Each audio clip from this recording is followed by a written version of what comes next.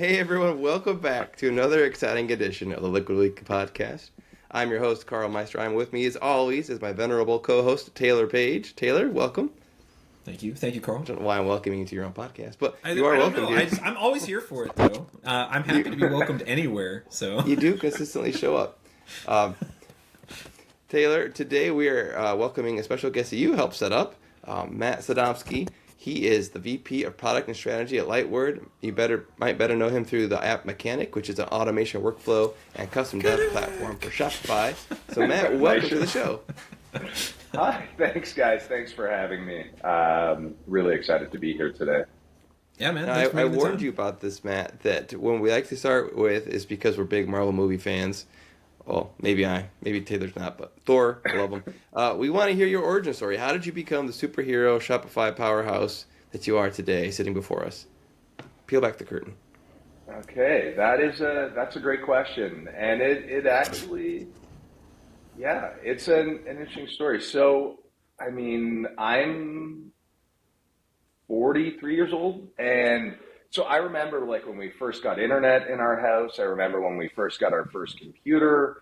So really, that was like the genesis of this was like procuring a computer. I was using internet at school, and then I think like at some point I just was playing with websites and like trying to understand, like even back then you could, view source at least and like see the HTML, and you could still, use that to help you start building things. So like that was sort of the very, very beginning. And then from there, I think, I just got jobs around the internet. Like I got jobs doing like tech support for, when people used to have dial up, that kind of thing. I moved to England when I was like 18 years old, and I got a job at a company called Fortune City, which was a web hosting company like GeoCities in the US. And it was 2000. It was like 99, 2000, during the dot-com bubble. It was like this, it was super fun. I was like, they had like what you'd imagine in the dot-com bubble. They had like Nerf guns and toys while you're like working. And then the bubble burst and I got laid off. I got laid off at 18 years old. It was my first experience with that, far away from home. Got another job though, stayed, worked for another company, stayed for another year. That was really fun. Came back to Canada and I decided, okay, time to get down to business. I did a double major in computer science and business. That was an excellent combination and has really, really helped me in my career. And then from there, I ended up doing a master's degree. I was like using my computer science skills in a cross-functional program called medical biophysics, big name, but really it was like, I was focusing on medical imaging and like MRI machines, and they were pairing us with like other physicists and all this. So I did that, learned how to develop software for MRI machines. And then after coming home, I did my master's in that, came home. And then I decided, you know what, after a few years of working in that field, I wanted to get back into software development. That was sort of my passion. And so I took an iOS boot camp through Big Nerd Ranch. I took a week off work, did that, and I decided I'm going to build my first iPhone app. And I sat down and I built this coloring book app. I thought it was going to make so much money. It didn't make a penny. But you know what? It proved to me I could build something from start to finish, put it out there. And it was something although it made no money, I was so proud of it, and it really taught me. And then from there, I was just, I was working as a software developer, in the e-health field in Canada, where they're, the digital health initiatives. And then I get introduced to Shopify. I've got like a side hustle going on where I'm making websites. Someone needs a Shopify website, and I built that. And what year was this? That was in, I'm trying to think, is that in 2014? That was in the early days. 27? No, it's probably 2014. So that's my first experience. I then I'm still doing the side hustle. I'm like working as a senior software developer, but on the side, I'm making websites and stuff. And I meet these guys in Winnipeg, where I'm from, which is in Canada, who are running a cannabis company. And cannabis was legal like the medical was legal here, but cannabis.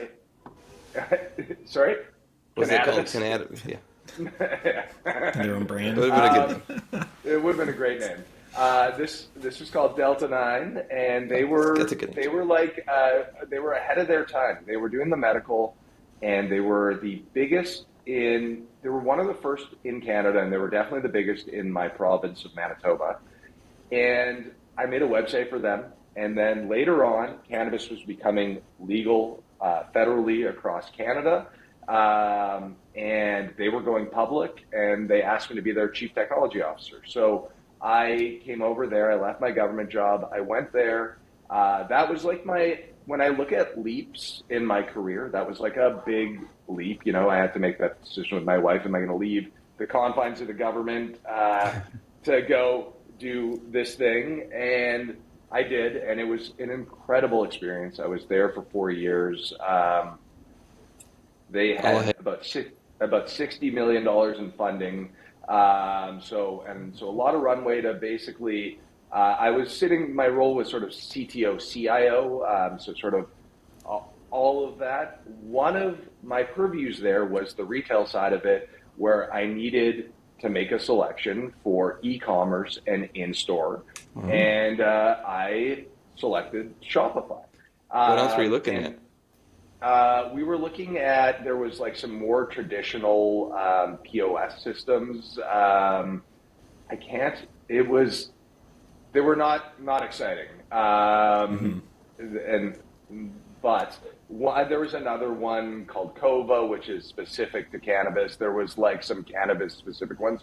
But really, what brought me to Shopify was I wanted that omni-channel experience. And I know that we're starting to use different words, but at that time, right, omni-channel was the most important to me, because I did not want to have to marry up two systems. I knew that integration piece, while we were a young company, was way too much to take on. And you actually never want to take it on, but definitely not at that point. And so we started using Shopify POS long before it's the product it is today, and like online. And we went from having 0 stores to over 20 when I left, and then now there's about 45 stores.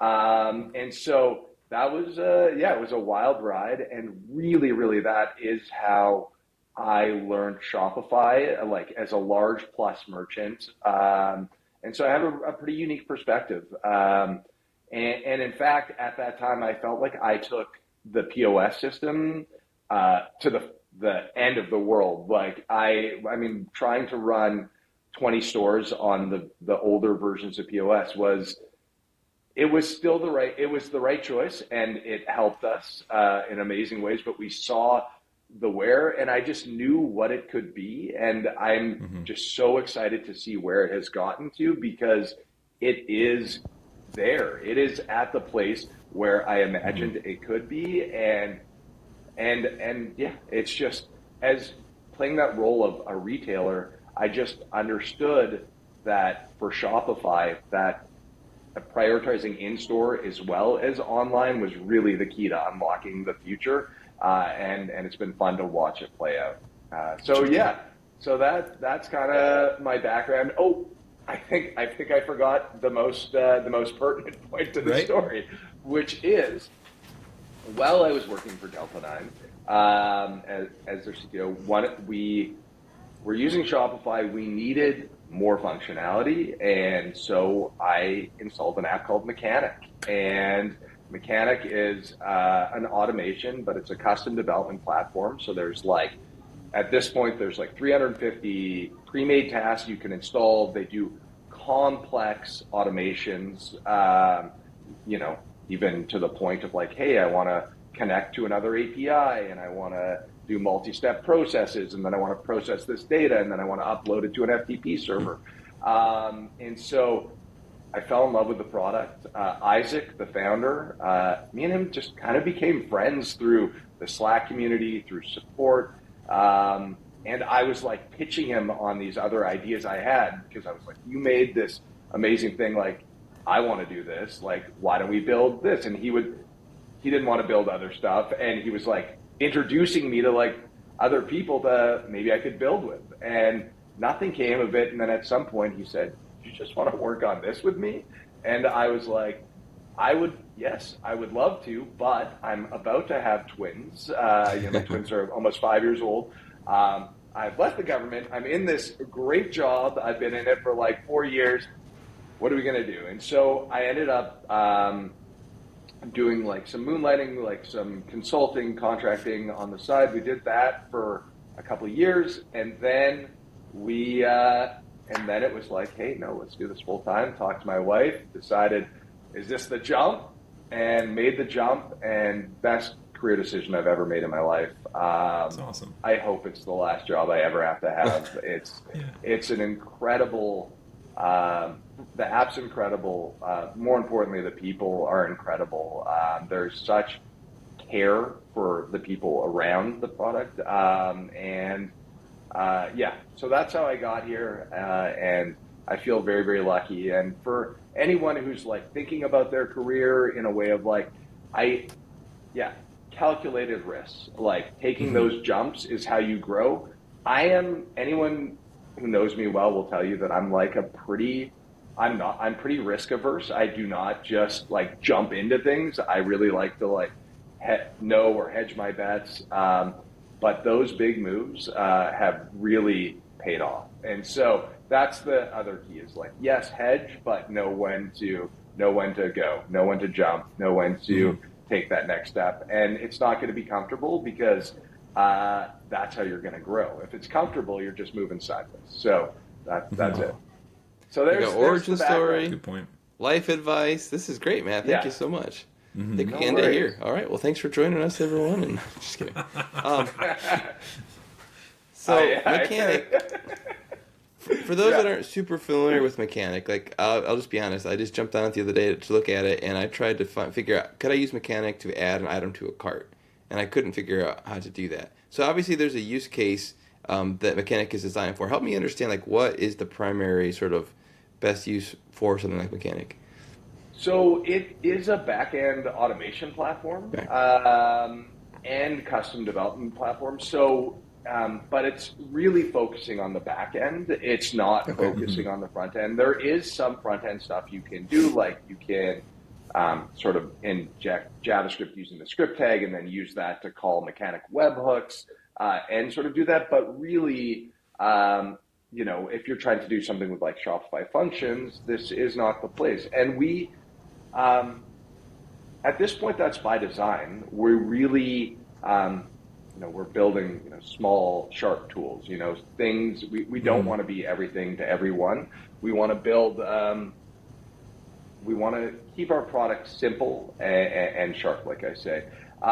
So the use case is endless, and that's what makes Mechanic really, really valuable. It's it's events, tasks, and actions is like the three-body problem or connection that you can sort of create things with. So, events trigger your tasks, and then the actions are the result of it. There's 350 pre-made automations, and these are pretty complex. They go beyond what, pull up the task library, but they go beyond what a lot of automation platforms do. But really what makes Mechanic unique is that you can write code within Mechanic. So it's sort of like a meta app where you're like, you're only limited by what you can imagine. And that is what really draws people to Mechanic. And then it becomes a developer's tool. We have a community of people who are making a lot of money, making tasks or customizing tasks for other users who are using. So we don't do any customization in-house. That's like we've kind of set that up as a rule for our own sanity, but also because we understand that building this healthy community around Mechanic is going to help Mechanic grow. And so, yeah, like I say, there's people who are full-time, like custom Mechanic developers, or it's at least a large part of what they're doing. I would say, if you just want to tag an item, there's probably other automation platforms. But usually what happens is people either start with Mechanic and just keep going, or they are using other automation platforms, which is amazing. And are learning about it. And then maybe they end up at Mechanic because they need something more complex. We can handle large data sets. Like we could process your entire product catalog. We can connect to almost any API. There's many. I would look at it, I would think about it like more like also as an integration platform because it can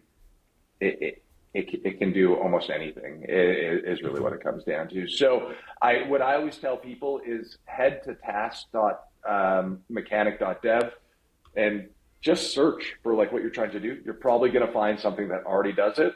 If not, you can just view the source code of that, edit that. You write your tasks in Lightword, which is that is the programming or the templating language we use. And that's interesting. And for like the interest of this podcast, we have built onto Lightword. We build onto Lightword so that we can offer more within the Mechanic environment. Yeah, I'd like to think of, and at least when I've seen it, and I honestly have not. I say it's been a while since I've touched anything with Mechanic, shamefully. And so, but like the way that I think of it would be more so. I think a lot of people have looked at like you mentioned different automation type tools, right? And so like there's a lot.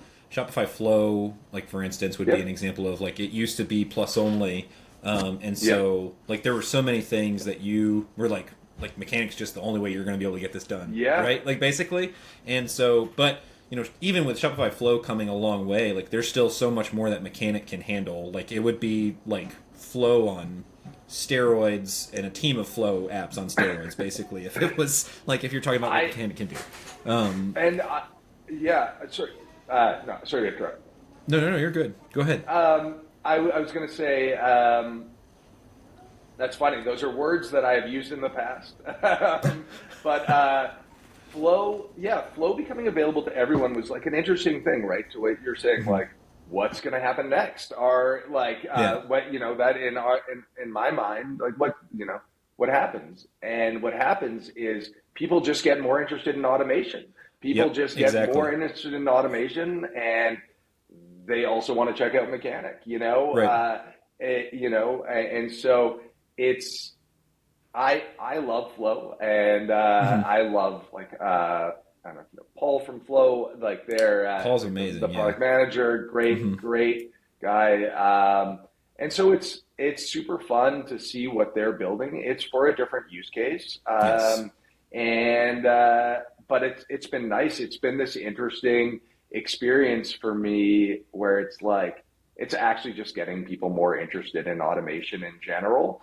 And then it has actually been quite beneficial to Mechanic. I'm sure, because especially when people run into like the confines of like what you can and can't accomplish with Flow, and then they're like, well, what else can I do? Because like Flow got me like 75% of the way here, but it's like, oh, well, Mechanic can get you the rest of the way. So like because people have seen the value of automation from that point, right? Exactly.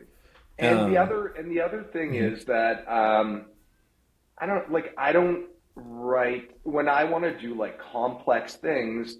I don't want to use a GUI. I don't want to at some point, if you're a developer, you want to get down to business, and that's available in Mechanic. The way we make Mechanic simple in some ways is that we provide basically an exhaustive library of things you might want to do.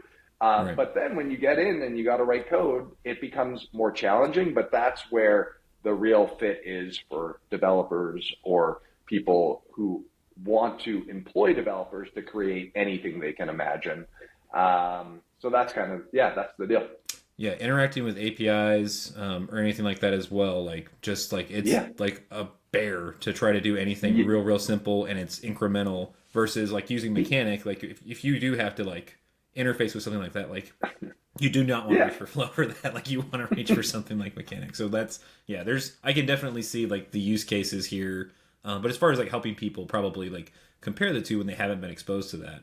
And then also you've mentioned, so we've got the task library. Y'all have like an excellent set of docs, but then you also have a community that's hosted in Slack. So yay for Slack communities. Always a huge fan of that. Karl's like So I don't know if you want to mention anything about that at all either, because I think that's really helpful as well. Like even honestly, as someone who, like I said, I haven't had to reach for Mechanic on anything recently, but even then, I'm still in the Mechanic community, like reading like messages from people, just because there's super smart people in there solving really tough problems, and I don't know, I always find that super valuable too. No, thanks for bringing that up. Yes, first docs, that is definitely something we pride ourselves in. And it also reduces support load and all of that. So there's like, it's important. And so, yes, there, the next frontier there is thinking about that and AI and how to, how to docs for AI and things like that is things we're thinking about. But the community around Mechanic is honestly it's probably the most special thing about it. We have hundreds of people in this community, and I think it's been described as like one of the nicest places on the internet. People do not, there's no dumb questions.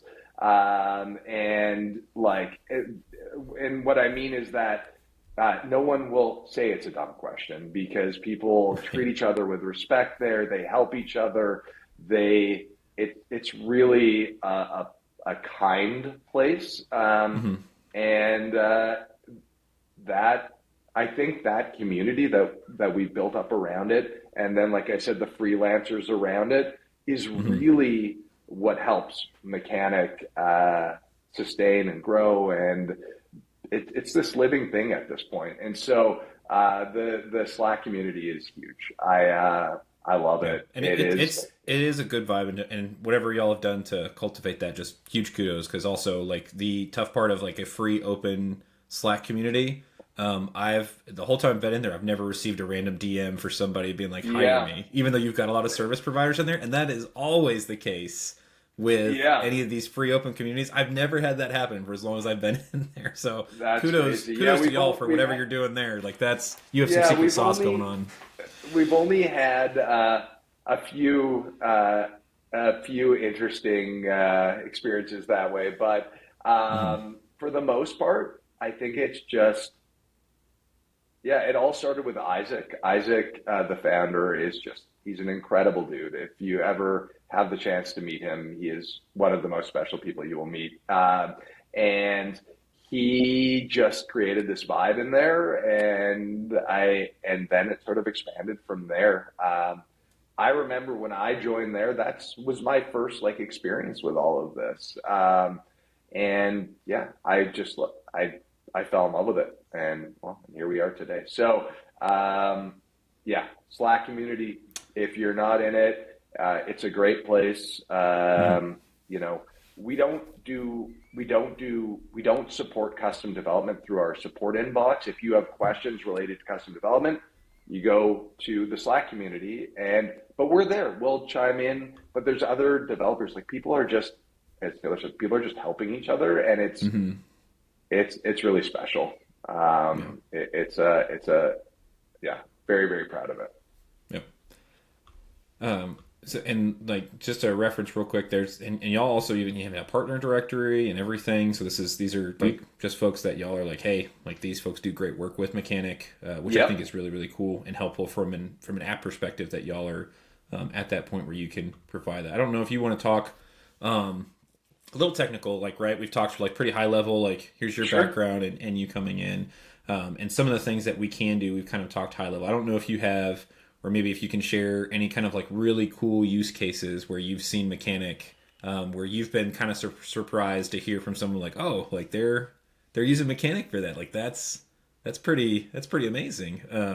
Obviously like Mm-hmm. That's a great question. I know people are, because you can almost use it as an integration layer. Like I think at one point someone was using it for fulfilling like Uber Eats orders or things like sitting in between, sitting in the middle between, Shopify events are coming in, you're doing something else with it.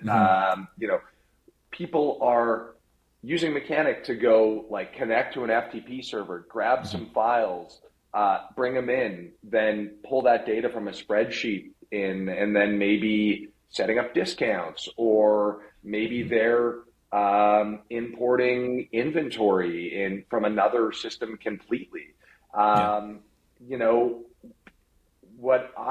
My use case for Mechanic, which I'm still very proud of, was we had this cannabis store and we needed to be like, I'm at what location am I shopping?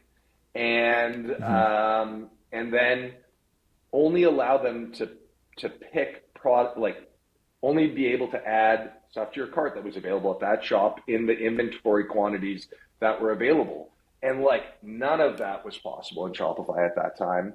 Yeah. And with a little bit of custom like theme work, but mostly on the back end, we had Mechanic syncing inventory levels to variant metafields, because none of this was possible. We had creating custom collections, and all of this becomes very useful. Like if you have complex ways to create custom collections, and so all of that back end work is going on where Mechanic is a powerhouse, and then some small tweaks on the front end, and at that time using scripts, we were able to develop what probably, a large Shopify agency probably would have cost hundreds of thousands of dollars.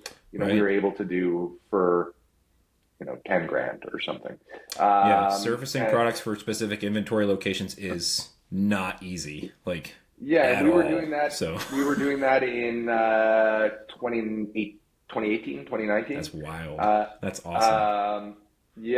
And so, but really what it comes down to is whatever you can imagine. We just implemented one of Google OAuth sort of authentication, which now unlocks Google Drive, Google Sheets. So now all of a sudden you can put any file in Google Drive or take any file and then do something with it. Do you want to grab it? Do you want to email it? Do you want to grab data from there? So now that we've solved that, OAuth is a unique thing to solve, and so once that's solved, that sort of opened up to I think probably Airtable's probably next, and I think we're gonna see a lot of I'm very interested in what some of our power users really want to get up to, because I think that can push the platform forward. And that's where you really start getting into some of this really unique custom use cases. And then, there's a lot of, if you look at the task library, there's a lot of there's just a lot of workflows. I think one day, what I want to do for you guys specifically is give you a demo, because you guys need it, because you haven't really used it. And then we can check it out. But those are some of the most exciting ones I can think of right off the top of my head. But I think, another interesting one that comes to mind, that I remember there was someone in our community during the pandemic who had a family butcher shop in the UK, and they were using Shopify POS and online ordering and all that for to take their orders. And then they were using Mechanic to help print labels that they could put on their packages. So it was using a service like PrintNode or something, which was then triggering a local printer that was doing this. And they printed over, I think the guy said they printed over 1 million labels. That's wild.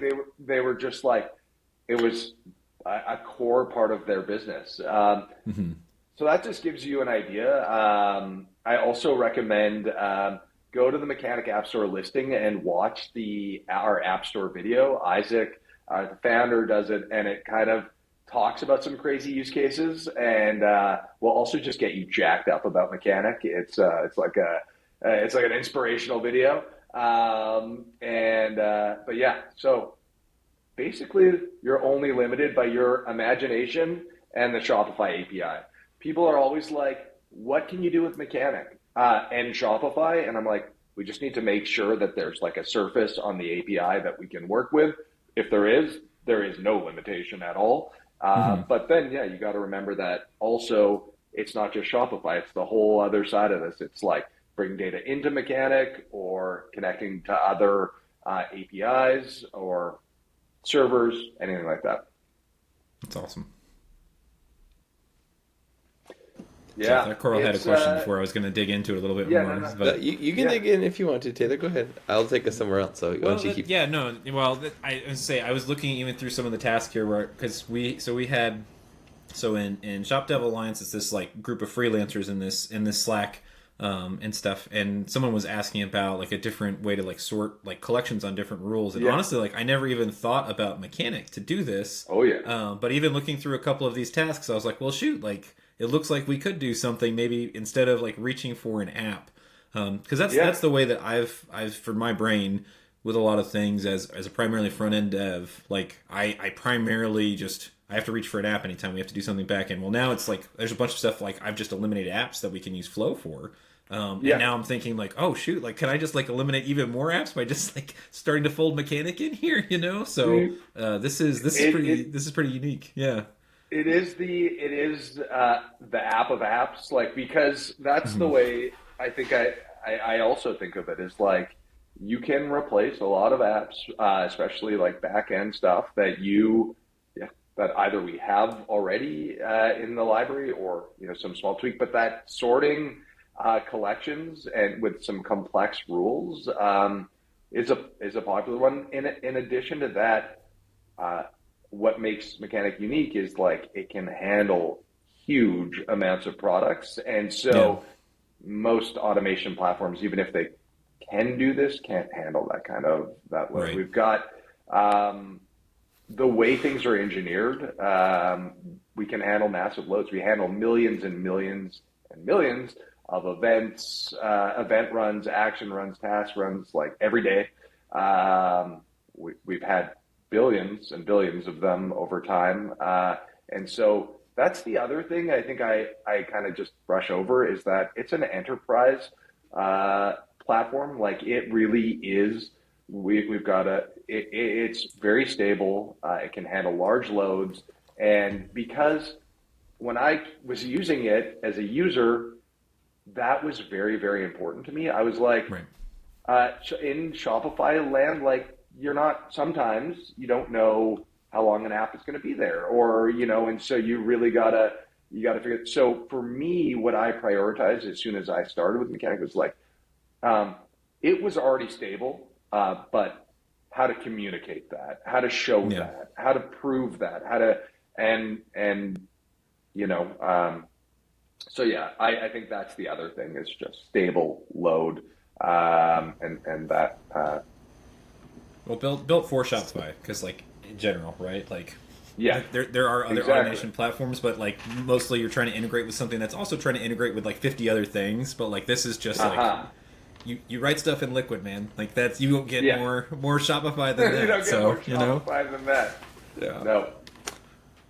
So Matt, you've spoken a little bit about the stability of the system and some of the use cases and how people can work with it. So as a developer, as a consultant, a freelancer, whatever, working on something on behalf of a merchant, if we see a use case where we want to reach for Mechanic, how does that work out in terms of the pricing model? Like, what's some of the things we might need to keep in mind to make it make sense, and how we would pass it on to the merchant or have them take it over, or whatever we would consider? So that's a great question. So first of all, I think this let's start with, let's just jump straight to pricing.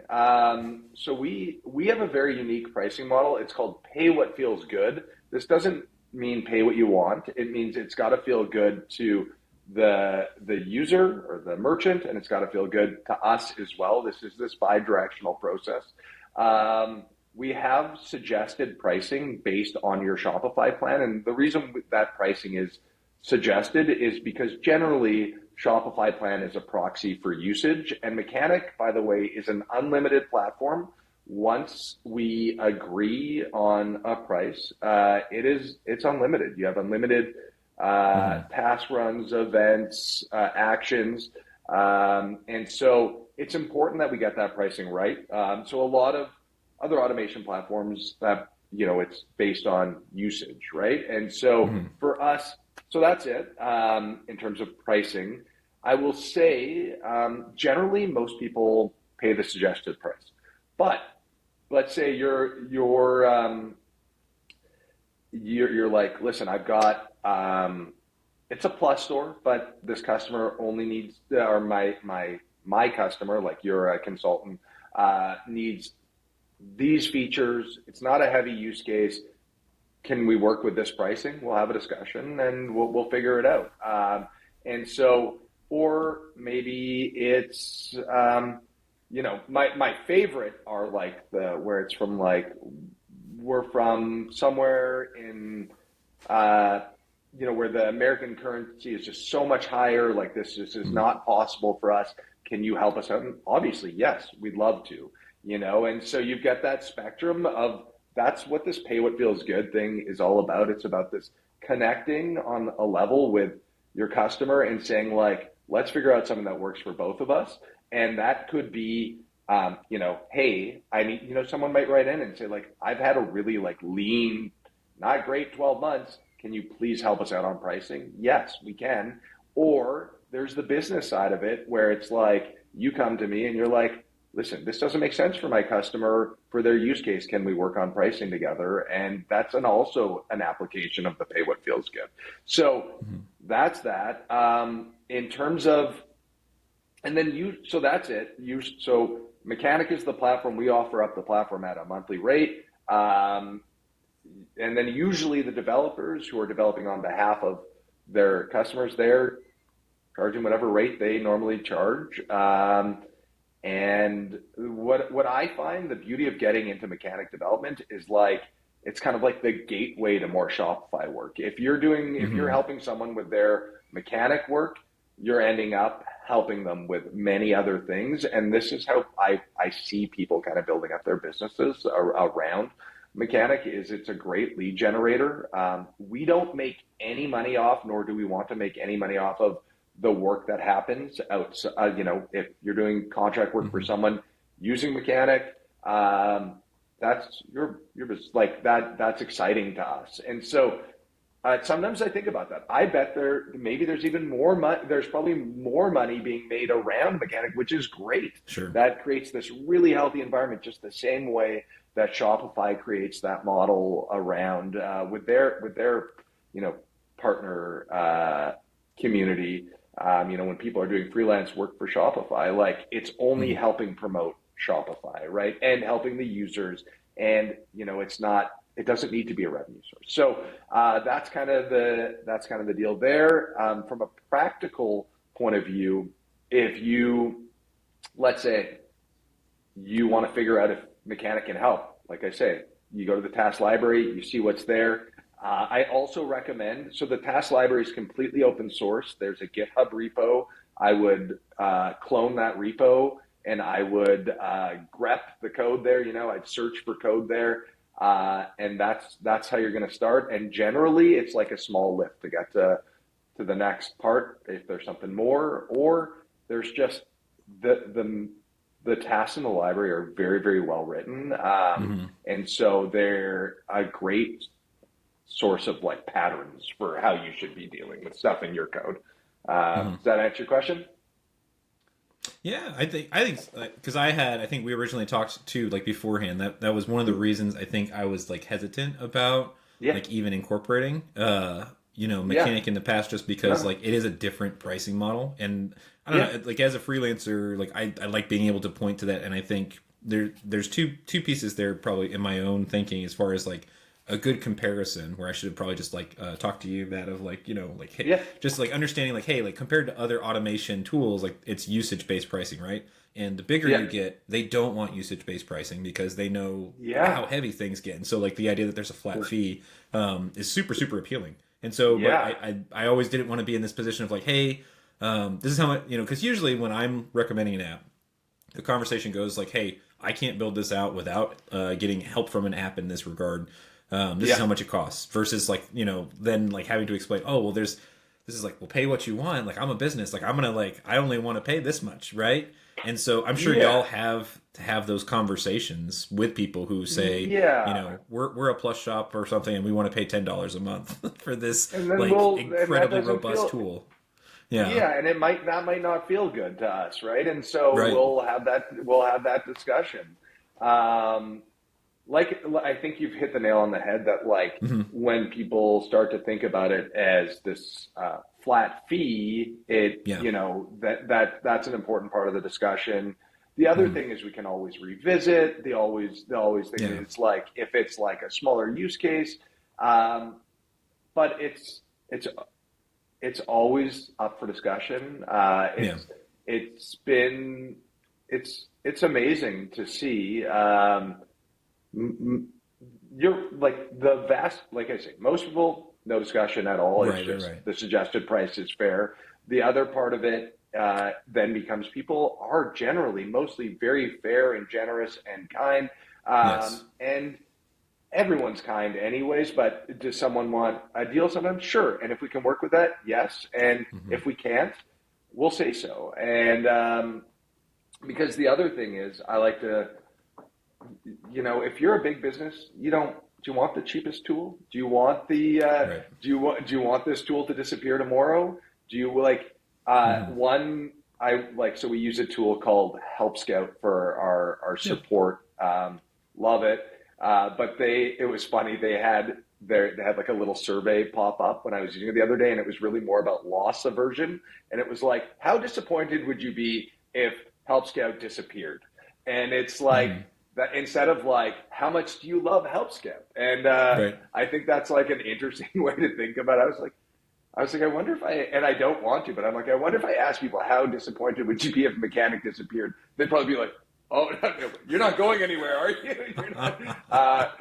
Because it is like, it is a super, super valuable tool. So, yes, very interesting pricing, but it wouldn't work for every app. It wouldn't. It has to be this mutual respect. And you see that in the Slack community. There's just this vibe around Mechanic and Locksmith, and Locksmith, our other app, and Lightword in general. And it's been, listen, like I said, I studied business and computer science. This was not in my playbook before I came here. And it's been like, a great joy seeing this play out, seeing it work so beautifully, being able to get Mechanic into people's hands who it might not have gotten into.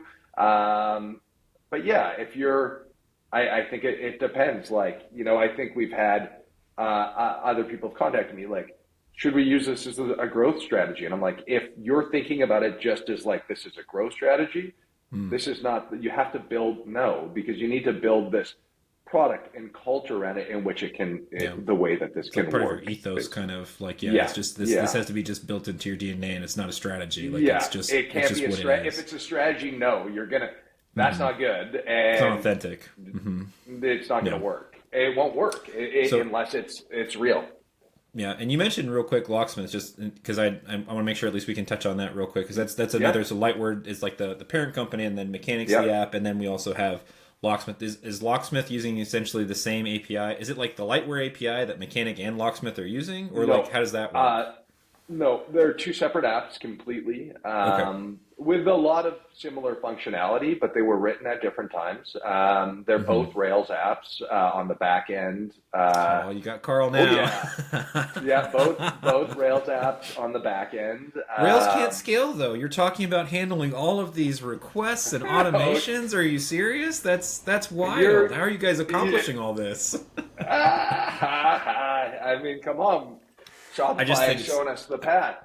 I just think it's so funny. Like some of the stuff How that like people, developers yeah, use all the time, like GitHub and like all these other things yeah, like that are built on top of yeah, Rails, and people are still saying stuff like that. Anyways, I'm exactly. sorry. I jumped in there. No, But no, no. Locksmith has been a That's kind of like a cool um, alternative. I've just done this like straight like on jobs where people want something like, hey, we need to have content locked down, and so we're doing stuff based on like customer tags or different logic or what yeah. have you. But Locksmith's been the thing where I'm like, hey, like you could just use this app instead of paying for custom dev, and that for a lot of people works really really well.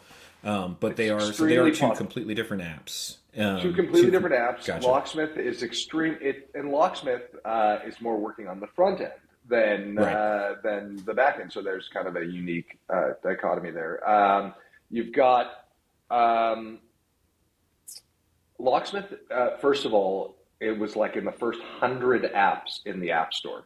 Was it? Oh wow, I didn't realize that. That's So crazy. it was initially called, the first version was called Gatekeeper, and then that was retired. It became Locksmith, and it is an extremely popular app. Hmm. And it's because, again, this kind of three body thing. You've got keys, conditions, locks that you can kind of combine. So it's like, you know, um, do they have this tag in the simplest form, or do they Hmm. are they part of this? Um, do they have a secret passcode that is from a million different passcodes that are in a Google sheet somewhere else? Hmm. Do they have this thing in their cart? Did they make a purchase a month ago and so they're allowed to buy again? Like, it is Right. infinite possibilities and combinations, which is really, again, what makes it powerful, and it's just really really easy to use, and so that it's been fantastic. One of the most exciting things there is, so for a long time, if you were using an access control app, you couldn't have your products on the shop app because Yeah. the shop app, they just said, you know what, if your store has an access control app, no, you can't be in shop because we don't know which product should be in, which Right. product should be out. And just like last week, Locksmith is the only app that has a direct connection there, and the yeah, if you have Locksmith installed, you Wow. can now use the shop app, and so So that's and really so, exciting. are you able That's to pretty cool. conditionally showcase like products So directly within shop? for That the moment, no. For the moment, okay? it just says any product that has any sort of lock won't go on the shop app, but Okay. all the other products can, which makes a lot of sense Cool. because there's a Yeah. lot of large plus stores using using Locksmith, who are like, have one or two products that are locked Yes. for like pre-sale, but now all of their other products that should have been on the shop app, can be there now, Right. That's and cool. so that's really really exciting, and Now, do that's y'all are y'all uh, part of, or did you get invited to Shop Minis? Like that's a very small invite only kind of type group to build in that space. Blink. we have I don't know if you not can say built that or in not. that. But No, we have not built in that space yet. okay. But like the notion of, the thing is like, um, a lot of what Locksmith does is like specific to the online store channel kind of deal, because Right. it's like, you're shopping online. However, the idea that like maybe some functionality could, like, say, pre-sale code or something that is also from, like, could that one day be in some of the shop app? I think so. I think so. And, It'd be cool if you could surface that, or one of the biggest pain points. I'll put this on your radar just so that way yeah, y'all can please. maybe chew on it for a little, like just being able to like even um, functionally limit specific variants on different sales channels as well. Huge. Yeah. And so if you have any tools or tips there, like I need that, because I've run into that several times where we've got some specific products, and then even more recently, it's easy when it's just a product. You just do or don't opt it in. Then it's like, oh no, we want to like have this hidden variant because we want to set this whole thing up, but then only release in these specific spaces, and then it's just like we can't do it on a variant basis unless it's per channel. There's some apps that can do different things, so putting that on your radar in case you have thoughts. I'll think about that more. I'll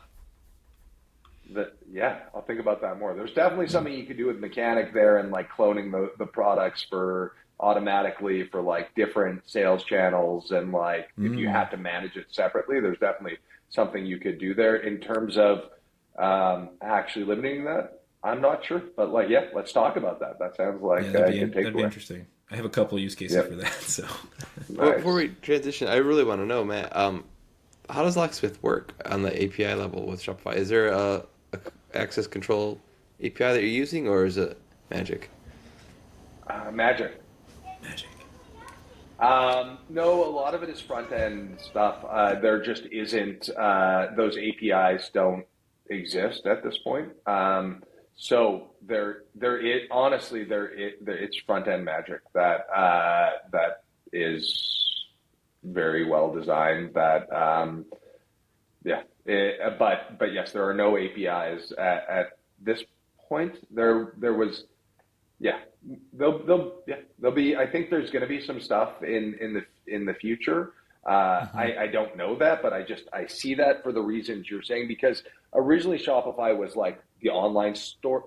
We talked about the online store, but really that is a sales channel, right? And so, yes, how do you start doing this for other sales channels is really the next frontier. It's awesome. That's interesting. Yeah, I just wondered, because it seems like if you're having to do custom Magic sort of stuff in the theme space, like that's got to be a nightmare from a maintenance standpoint, and all the changes we've done it very, very, very well. We've solved it very, very well, and so it could be a nightmare, that's for sure, but it isn't. We have a way to automate it in such a way that it just works, and like many large plus stores are using it, which is a testament to the quality of the product. You're here to hear, folks. Rails app, it just works. It just works, man. Perfect. It just works. Rails app. Let's custom liquid editions in Mechanic. We got it all. We could also nerd out on like forget just that. Our architecture is pretty cool. We're now using Fly.io or Fly. We moved everything from Heroku to that. So we're having a lot of fun in sort of our tech space with the different vendors we're using. Where before we were just using Heroku, so it was kind of all in one place.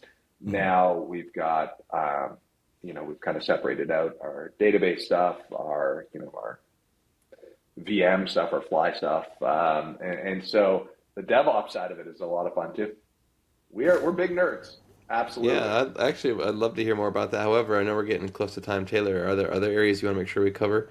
No, I mean, I think we hit all the aspects of things we wanted to cover between Mechanic, and then also making sure we did mention Locksmith as well, with like all the different functionalities. So okay. I know. Well, I will give one more call out. We've got another product that you can check out. It's not a Shopify product. It is. It's called Lightword.com. So LIGHTWARD.com. That's like the name of our company. It is an AI product, and it's free to use, the base version, and then there is a pro version. But Isaac, the founder of the company, sort of took. I've told you guys already that he's like an incredible person, and he's got like a brain. Like the way he created these products is amazing. And I like to say he's like essentially cloned himself into this like AI. but just go have a conversation with it.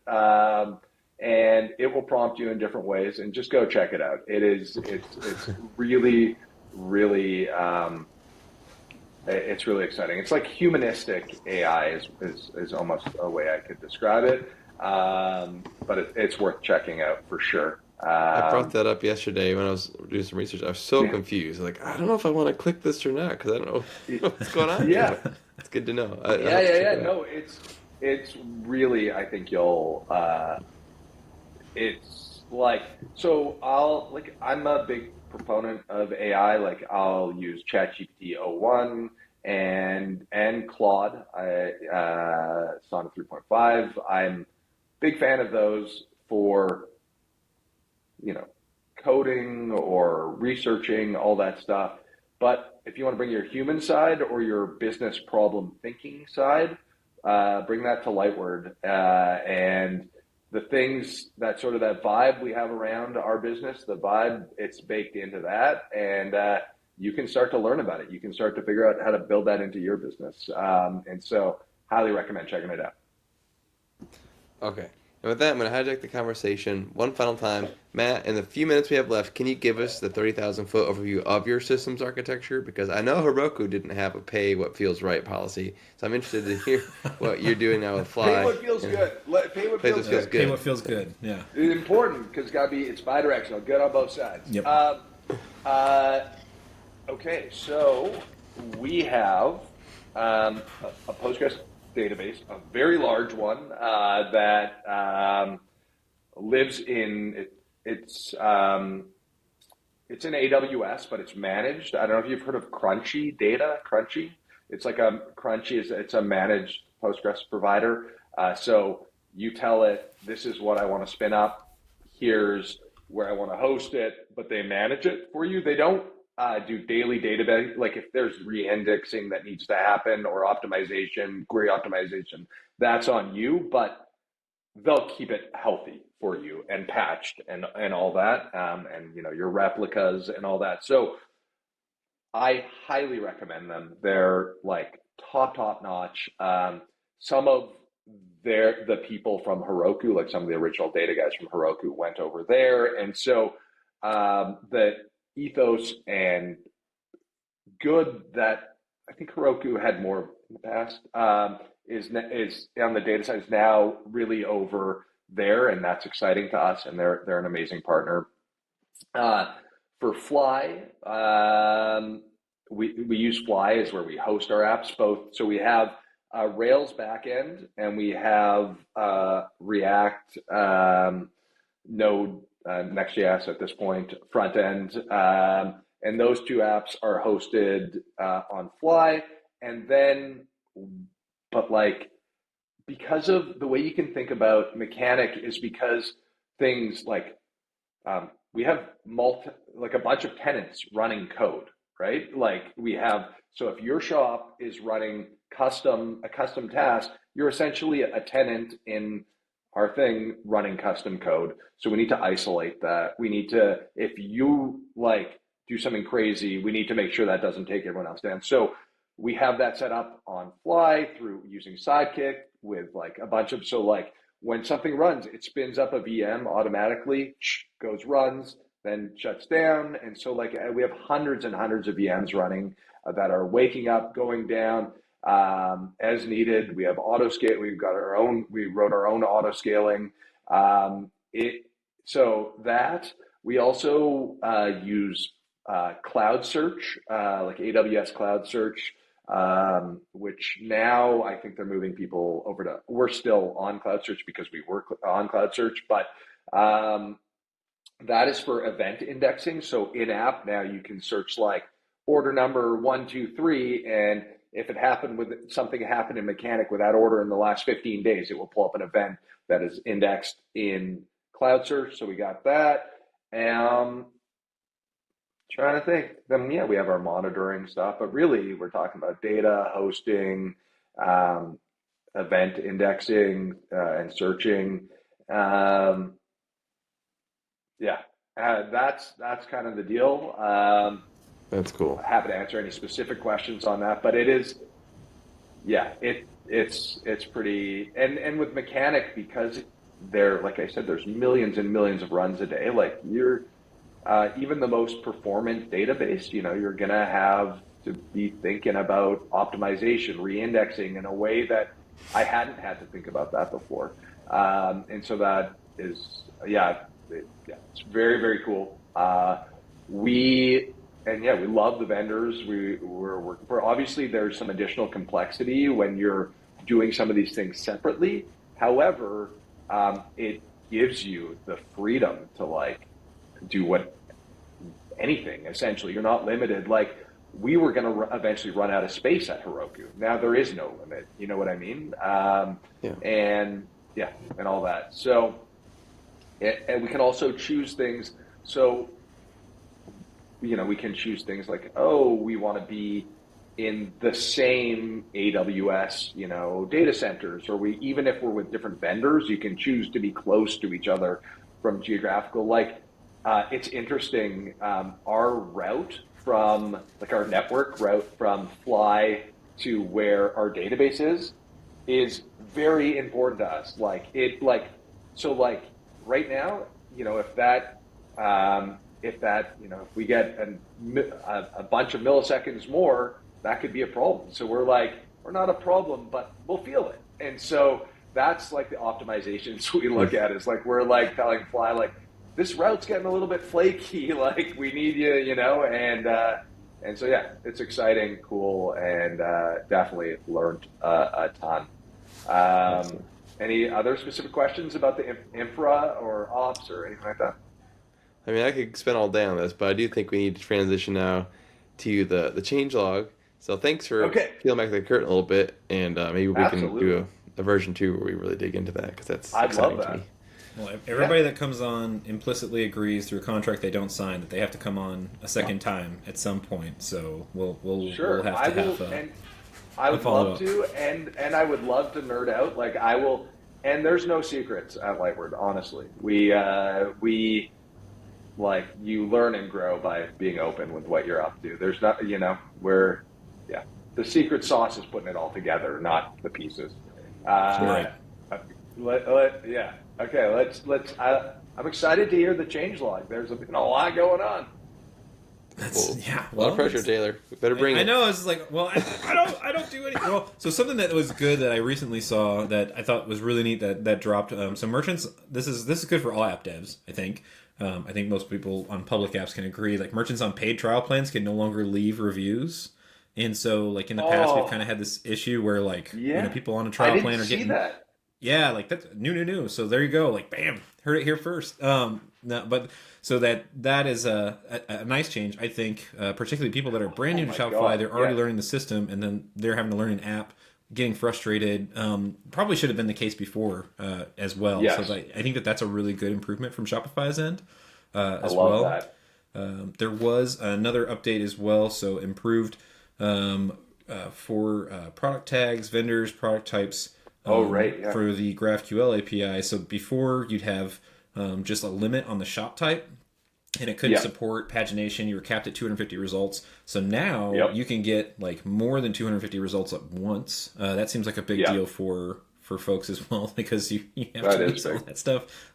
So that's all a big deal. Quick honorable mentions here for meta-pixel events for app listing pages and the theme listing pages as well. Making folks happy. So tracking actions with things like add to cart, view content, kind of type things as well. I think that's people are going to be pretty excited about that. There's also let me see here. These next couple ones, just real quick mentions. One of them was it's scheduled for release will be this minimum requirement is now optional on automatic discounts. So before there had to be some sort of minimum purchase conditions on products, orders, or free shipping automatic discounts, and now like there's no min requirement is able to be an option, which is kind of interesting. It makes sense that there should always be a min requirement, but I guess there must have been enough pushback that they needed to push that off. So that's interesting. And then last but not least, also scheduled effective January 1, all public apps that use have to use the new GraphQL product APIs to be accepted in the App Store. So with the deprecation of the REST API, they are going to start not allowing any app submissions that have any kind of calls using the deprecated API starting January 1. So by the time this guy comes out, this is going to be a big deal for people that are that are building. So GraphQL, all the things, people. The REST API is for sure going away. That could be a whole discussion right there. That could be a whole discussion. Well, I was going to make a mention of it when I was looking through the mechanic docs of like y'all are calling out like, hey, like there's a we have to be worried about this deprecation piece here. So yeah, I know y'all are very, very aware of the transition there. Yeah, all right. Totally. Well, let's transition now to our picks of the week. I know, Matt, you were a little concerned about coming up with one, so we'll give you a minute to think about it. But, well, you did kind of, you gave me all the information, and then right before we started, you're like, we're going to ask you to come up with something on the spot. It's like, okay. Sorry, we should do a better job of prepping folks for that. But I'll move this. It's at the very bottom of our outline, and everyone is always like, oh no, I think because I get too wordy even when I write. And so I need to start moving the picks of the week to the very top of our outline. Like, you are going to be asked about a pick of the week. That's right. It's a test to see if you read everything. So for me, I'm going to pick the Silo series, which I may have picked before. I don't know. Like, I read the books when they originally came out and loved them. They're really good. And then, obviously, Apple TV has done an adaptation. Season 2's out right now. And really enjoyed Season 1, and I'm enjoying Season 2 so far. And so if you're looking for a good kind of figuring things out, mysterious, sort of dystopian kind of sci-fi show, definitely recommend it. It's a lot of fun. Nice. Read the books first. I'll have to. I didn't realize it was a book. I did see 3 it books. It's 3 books. Okay. Trifecta. Good. Trifecta. Well, I will give Matt a little bit more time here. I will recommend an actual book as well, because I also can read. So it's not just Karl and Matt here who are learned men. So Company of One from Paul Jarvis. Probably my absolute favorite business type book that I've ever read, and particularly just like the current climate and stuff like that right now with just things that have been going on in my mind. I'm rereading it and just remembering why I loved it so much as well. So Company of One from Paul Jarvis, a fantastic read. Is that the one that's all about staying small, or is there another book that's also about staying small, and this is a different book? So there are more books about that, but that is essentially the premise of the book. Is basically the idea that it's okay to stay small, basically. Sure. But there are several other books. On a as a business? Like, is that the... Not as a person? That's the idea. Yep. Yeah, as a business. Yeah, not as a person. Like, I mean, also okay, I guess, or whatever. But like from the business standpoint, in a world where everybody tells you have to scale, right? And even current changes with Shopify partner stuff. I'm not going to get into that mess or whatever. Yeah. But just like it is a nice. It's nice to hear that it's okay for that to be the premise. You can still be successful and all these other things or whatever. So I could talk to you about that. I mean, I think I'd like to read that book, because that is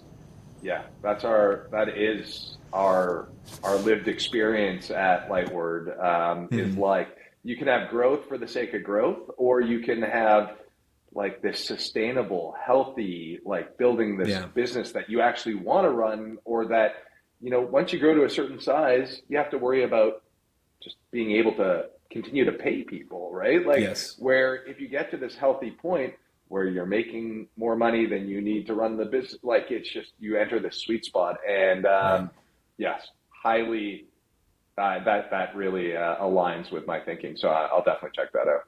Yep, great book. I am going to go with The 3-Body Problem on Netflix, which is a series which I highly recommend you watch. So The 3-Body Problem was thought to be an unsolvable problem, which was like, if you've got 3 bodies moving at the same time, predicting that movement. You can do that with 2, but once you factor in 3, that becomes impossible. The interesting thing, it's a series of, there's books, I have not read them, but the show is fantastic. Can't recommend it more. Okay. It was very exciting. But the other interesting part is since I watched that and like sort of fascinated with that problem, is that it has been partially solved by AI. Like the three body solution is there under some conditions by feeding AI. I'm probably going to butcher the solution, but by basically feeding AI, you know, the three bodies, and then showing their movement over time, like you can start to work backwards to figure out the solution of how you would predict that movement. And so there's like a partial solution, and that thinking is actually what was built into Lightword Pro, our AI, like saying like, this is how this was solved. Like apply that to business problems, apply that to that thinking that was able to solve this almost unsolvable problem. So that'll be my pick of the week. Very cool. Awesome. I have read the books, and they are very good. So if you like the series, check out the books too. I gotta do it. I gotta read the books. Did you watch the series? Sorry. I watched the first episode or two and just couldn't get into it, but I probably gotta do it again, man. Yeah. I mean, that's the thing. Sometimes books, movies. Once you've done one, it's hard with the other. Yeah, if you've read the book, sometimes it's really hard to make it through whatever movie or series adaptation that comes out of it. It's hard. Yeah. Awesome. Totally. Well, this has been an amazing conversation. Matt, thank you for your time and for pulling back the curtain on Mechanic. Can't wait to try that out and see how some use cases for my own stuff. I look forward to that. Taylor, good to see you as always. And thanks everyone for sticking with us and listening. I'm not sure exactly when this is being published, but have a good holiday, or I hope you enjoyed your holiday, depending on when you listen to this. And we'll see you on the next one. Thanks, everyone. Thanks, Matt. Thanks for having me. Bye, Karl.